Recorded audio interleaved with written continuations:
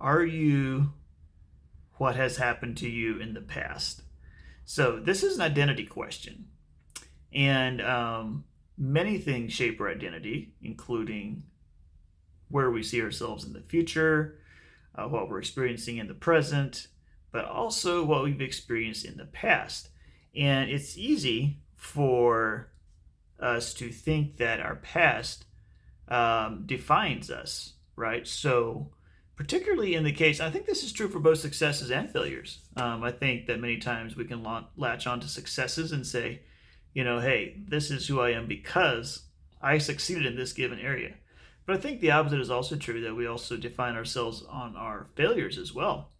And particularly, I think when there's been like a string of failures or a pattern of failures in a certain area, um, whether it be, let's say, it could be financial, it could be moral, it could be relational, there could be any variety of areas where repeated long term or, repeated failures over the years could become a part of our identity that, well, this is, sadly, this is just who I am because, here's the evidence. This is what I did and this is who I must be.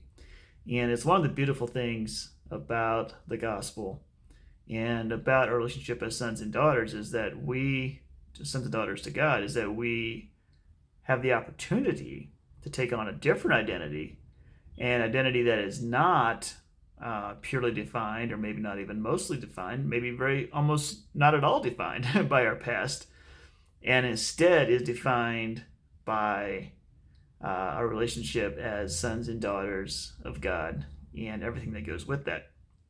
So, um, the so we have a choice to make, right? We can choose whether to define ourselves by our past or whether to agree with God and what He says about our identity and take that going forward. And I think this also applies to some areas that may not be as directly spiritual, like I always struggle with XYZ. So there could be some. So what I'm saying by some areas are not as directly spiritual. Yes, they're tied into spiritual elements, but they're maybe not so directly right and wrong. So one could be, let's say, money and debt. Another one could be your weight or physical fitness. So, or how you spend your free time. So these things could all be.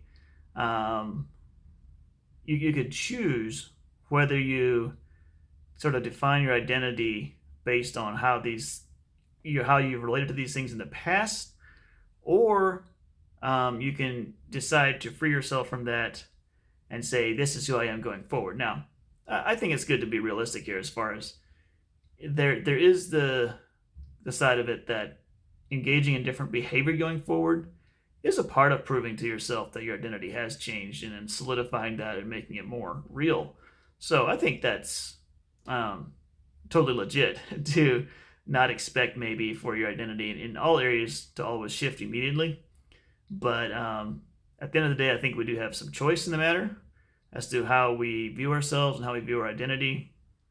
And we also have the opportunity to change our behaviors, to stack small wins, and to say, I am becoming someone who's good with money. I am becoming someone who is living a healthier life. I am becoming someone who has deep, rich friendships. Like all the things that you may feel like you don't have right now, you have the opportunity to give yourself evidence that you're making steps in the right direction and that your identity should much more accurately be someone who succeeds at these things rather than someone who fails.